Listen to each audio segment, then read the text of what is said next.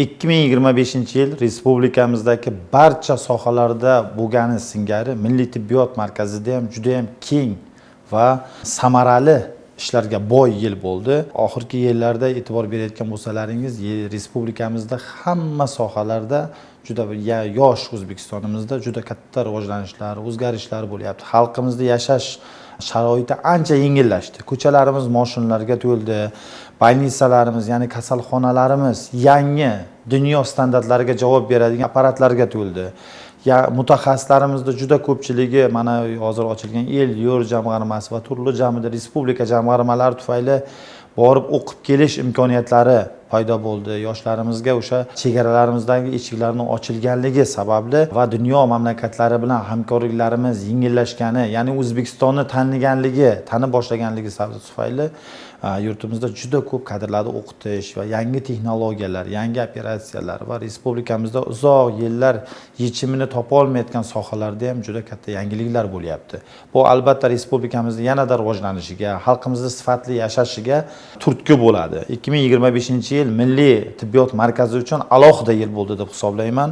Nima uchun deganda 2025-yilda biz jigar transplantatsiyasi, ya'ni xalqimiz orasida juda ko'p bo'lgan, shu kungacha faqatgina chet elga borgan xalqimiz bugun bu yil biza yechimini topdik. Ya'ni milliy operatsiya qiladigan, ya'ni jarrohlik amaliyoti o'tkazadigan jamoalar paydo bo'ldi. 4 dan ziyod va 2025-yilda 160 dan ziyod operatsiya faqat markazda o'zida muvaffaqiyatli amalga oshirildi.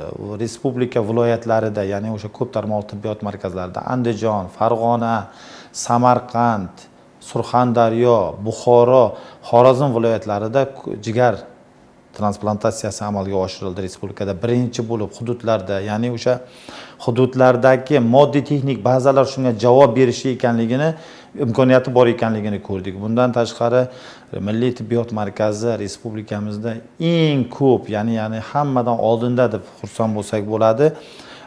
Ya'ni 10 mingta yuqori texnologiyali operatsiya markazida o'zida bajardi. Va bundan tashqari hududlarda 25 mingta operatsiya, ya'ni o'sha yuqori texnologik tibbiy tekshiruvlar, ya'ni koronagrafiya operatsiyalari o'tkazib, shundan 7 mingga yaqin bo'lgan bemorlarda buni o'sha kutilishi mumkin bo'lgan og'ir bo'lgan infarkt holatlarini oldini olish uchun amaliyotlar o'tkazilib, odamlarimizni sog'lomlashtirdik. 2025-yilda juda barakali yil. Bu milliy tibbiyot jamoasi uchun biz mana bir 100 dan ortiq xodimlarimizni o'qitdik chet ellarda.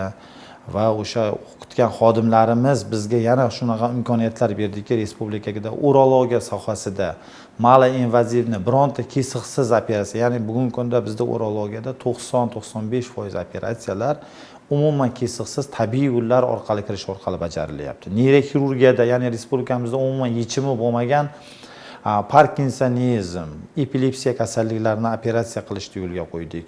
Robot texnologiyasini biz joriy etdik neyroxirurgiyada. Glaznoy, ya'ni oftalmologiya sohasida ham biz yangi o'sha Hindiston, Belorussiya, Xitoy bilan kelishgan holatda odamlarda lazer operatsiyalarini amalga oshirib, 1000 dan ziyod bemorlarda operatsiya qildik. Yangi texnologiyalarni joriy etdik. Respublikamiz hududlarda 25 mingta bemorni respublikaning 42 ta tumanida, ya'ni olis tumanlarda, mana shu prezidentimizni eng katta oldimizga qo'ygan topshiriqlaridan bittasi bu, ya'ni o'sha yuqori texnologiyali tibbiy xizmatni hududlarga tushirish va aholini sarsongarchiligini, ya'ni o'sha bezovtagarchiligini oldini olish va tibbiy madaniyatini oshirish, ya'ni o'zini sog'lig'iga e'tibor berish, ko'proq jismoniy tarbiya bilan shug'ullanish, ovqatlanish madaniyatiga e'tibor qilish kabi juda ko'p targ'ibot ishlari bilan olib bordik. Davlatimiz rahbari shuncha imkoniyat yaratib berganda, imkoniyatlardan foydalanib, xalqimizni yanada yukni yengillashtirish uchun yangi narsalarni tatbiq qilib O'zbekistonga. Nima uchun tatbiq qilib deyapman? O'zbekistonimiz yosh. Hali qilishimiz kerak bo'lgan ishlarimiz qancha oldinda va O'zbekistonda bugun mana shu ishlarni qilish uchun imkoniyat bor. Hamma narsa o'zimizni qo'limizda qolgan. Albatta biz o'sha Yevropa, o'sha Osiyoning yetakchi mamlakatlari, Yaponiya, Koreya yoki Yevropaning mamlakatlari va Amerika mamlakatlarida yo'lga qo'yilgan o'sha standartlar, ya'ni yuqori standartlar darajadagi tibbiy xizmatlar, o'sha yo'l qurilishidan tortib qurilish, uylar qurilishi, tibbiyotimiz, ishlab chiqarishimiz hammasini o'sha darajada bizlar ularning yaxshi taraflarini o'zlashtirib 26-yilda xalqimizni rozi qilishimiz kerak. Qachon xalqimizda rivojlanish bo'lsa, ishlasak, oilamiz tinch bo'ladi. Hammaga oilaviy tinchlik, xotirjamlik tilayman.